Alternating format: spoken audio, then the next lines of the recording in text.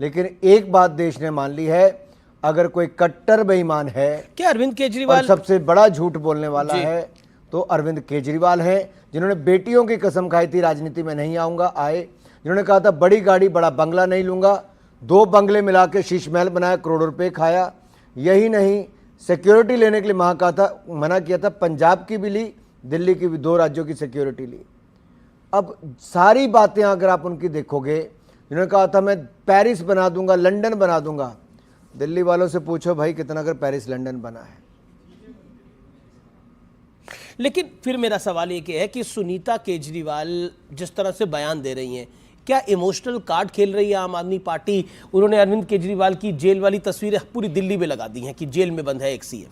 सबसे बड़ा अपमान उन्होंने किया है कि जो एक तरफ शहीद भगत सिंह जी की फोटो लगी, दूसरी तरफ डॉक्टर अंबेडकर की फोटो लगी, बीच में अरविंद केजरीवाल जी की फोटो। मैं दिखाता हूं वो तस्वीर, मेरे पास है। अब कल्पना कीजिए, कहां जिन लोगों ने देश के लिए अपना इतना बड़ा योगदान दिया, उसमें एक भ्रष्टाचारी की फोटो बीच में टांग दी, इससे बड़ा। और उनके परिवार ने विरोध किया है, भगत सिंह जी के परिवार ने, और ये बिल्कुल उचित नहीं है। और ये ऐसे बता रही थी जैसे पता नहीं कितना बड़ा कंट्रीब्यूशन अरविंद केजरीवाल जी का देश के लिए हो गया। अरे कौन सी लड़ाई लड़के आए हैं? ये भ्रष्टाचार के चलते जेल में गए हैं, जिनकी पार्टी ने एक के बाद दूसरा घोटाला किया है। और रमेश जी, देश में कोई किसी राजनीतिक दल से हो, चाहे हमारे से हो या किसी भी राजनीतिक दल से हो, जिसने भ्रष्टाचार किया है, जांच एजेंसियां स्वतंत्र हैं और इन जांच एजेंसियों को इनके खिलाफ कड़ी कार्रवाई करनी चाहिए, जांच करनी चाहिए, और जिसको जेल भेजना हो तो जेल भी भेजना। लेकिन आपका एक बयान मैं सुन रहा था, आपने बोला कि सवाल आपसे पूछा गया दिल्ली के सीएम जेल में, और आप कहते हैं कि होली पर अरविंद केजरीवाल की मनोकामना पूरी हो गई।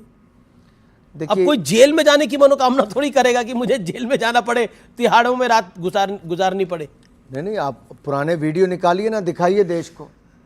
इन्होंने कहा था कि देखिए ये ईडी वाले नौटंकी करते हैं, मनीष सिसोदिया को समन भेजते हैं, केवल बातों में इनके ऊपर आरोप लगाते हैं, इनको पकड़ के जेल में नहीं डालते हैं।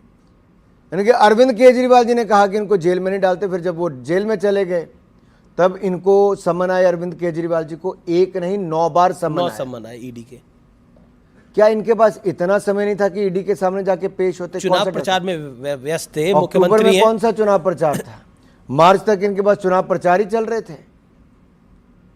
क्या बाकियों के लिए जांच एजेंसियां अलग, अरविंद केजरीवाल के लिए अलग? अलायंस वगैरह कर रहे होंगे, कांग्रेस के साथ मीटिंग कर रहे होंगे, अलायंस भी तो हुआ है। तो आप मुझे एक बात बताइए जी, आप कोई समय तारीख पूछ के इनसे बता दीजिए कब जांच एजेंसियां काम शुरू करेंगे। चलिए, अब तो तिहाड़ प्रशासन के अंतर्गत है। ये अजीब सी बात है। रामलीला मैदान की अभी बात हुई तो पूरा विपक्ष एकजुट हुआ और एक ही मकसद था उसमें कि बीजेपी ईडी और सीबीआई का बेजा इस्तेमाल कर रही है, गलत इस्तेमाल कर रही है। ये सवाल चुनावी मौसम में इसलिए पूछना जरूरी हो जाता है कि हमारा देश, एक मुल्क जो है वो एक हेल्दी लोकतंत्र है, लेकिन अगर एजेंसीज ऑपोजिशन के पीछे जाएंगी तो निष्पक्ष चुनाव कैसे होगा, ये सवाल खड़ा होता है। और ये सारे सवाल मैं सिर्फ नहीं पूछ रहा, आप ये सवाल कई विदेशी देशों ने भी पूछे हैं, खासतौर पर अरविंद केजरीवाल की अरेस्ट के बाद। देखिए, अगर अरविंद केजरीवाल जी की अरेस्ट पे कोई पाकिस्तान का पत्रकार जाकर विदेश में गुहार लगाएगा तो मुझे बताने की जरूरत नहीं, आप समझ सकते हैं कि इसके तार कहां कहां जुड़े हुए हैं। अगर पंजाब के चुनावों में आतंकवादी संगठन खुले में इनका समर्थन करने आते हैं तो आपने समझ सकते हैं आम आदमी पार्टी के तार कहां जुड़े। विदेश में रहने वाले जो पंजाब को खालिस्तान बनाना चाहते हैं, वो कहते हैं हमने इतने 100 करोड़ की फंडिंग इनकी कर दी, तो आप समझ सकते हैं इनके तार कहां जुड़े हैं। इस पे इनको सफाई देनी चाहिए कि आखिरकार ऐसी स्थिति क्यों है कि देश में इनको समर्थन कम मिल रहा है, लेकिन जो विदेशी ताकतें हैं वो हिंदुस्तान के लोकतंत्र को और हल्का करने के लिए ऐसी बयानबाजी कर रहे हैं।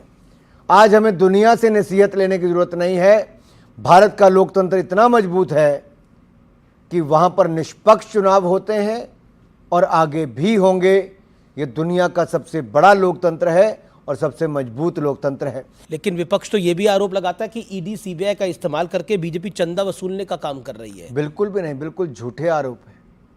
हमारी 18 राज्यों में सरकार, देश में 300 ज़्यादा एमपी हमारे लोकसभा में, 100 के लगभग एमपी हमारे राज्यसभा में, 400 सीटों वाली पार्टी के पास और 18 राज्यों में सरकार के पास मात्र 6,500 करोड़ रुपए का चंदा आया।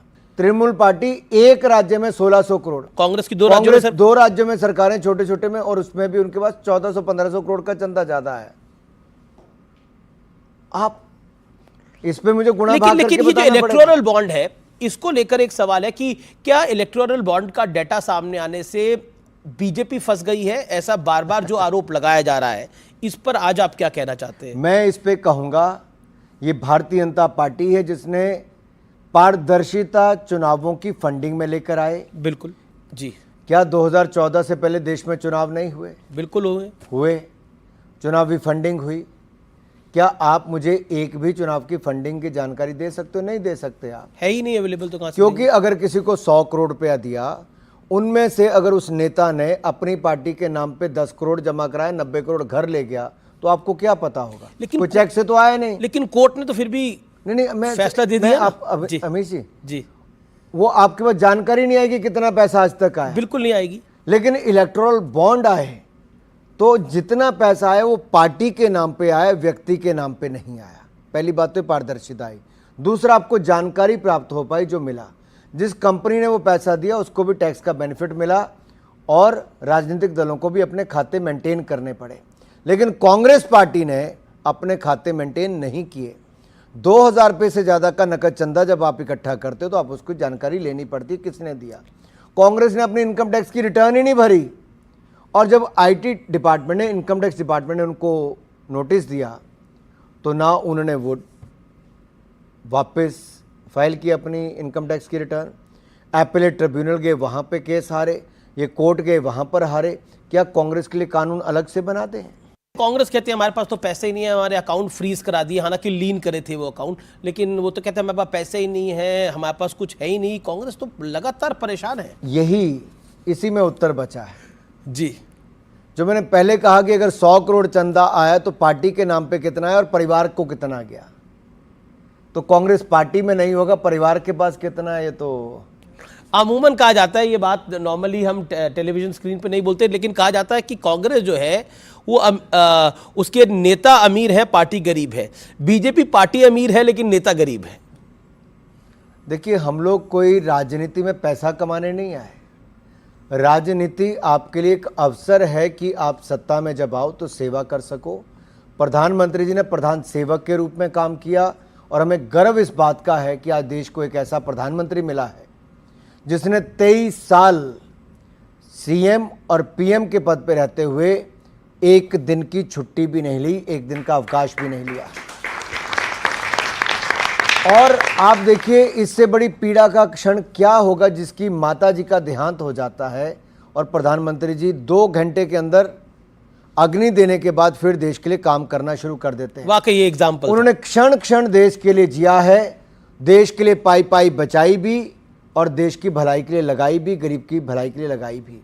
ऐसा व्यक्ति कई सदियों में नेता ऐसा मिलता है, ये देश का सौभाग्य है। आज देश को नरेंद्र मोदी जी के रूप में एक प्रधानमंत्री मिला है। जी। When you analyse Rahul Gandhi as a politician, as a human being, what is your take?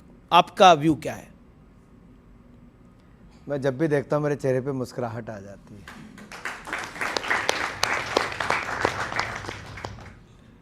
मुझे लगता है कुछ अच्छा होने वाला है। कुछ अच्छा होने वाला है। चलिए, जैसे ही राहुल गांधी जी कहीं पे कुछ बोलते हैं मुझे पता चल जाता है इस बंजर भूमि में भी बीजेपी के लिए कमल खिलने वाला है। जी। एक और सवाल है, फिर मैं आगे सवाल बढ़ाता हूं। क्या सवाल है आपका? आप तो फिटनेस की एडवाइस लीजिए अनुराग जी से।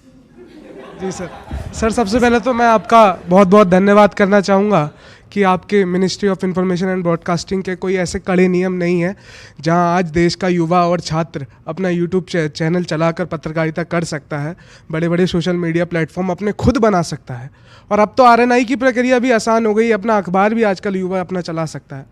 तो ये तो मेरा धन्यवाद था। और सवाल ये है, आपसे हर जगह कई जगह पूछा भी जाता है कि अगर बीजेपी आपको सीएम बनाना चाहेगी तो आप बनना चाहेंगे, पसंद करेंगे या नहीं? और कई बुद्धिजीवियों का ये भी मानना है कि बीजेपी की सरकार जिस राज्य में आती है तो वहाँ पर सीएम वही बनता है जिसको संघ चाहता है। इस पर आपकी क्या मानना है? देखिए, मैं दो बातें कर दूं कि राष्ट्रीय स्वयंसेवक संघ का कहीं पे भी हस्तक्षेप बीजेपी के राजनीतिक निर्णयों में बिल्कुल नहीं होता है।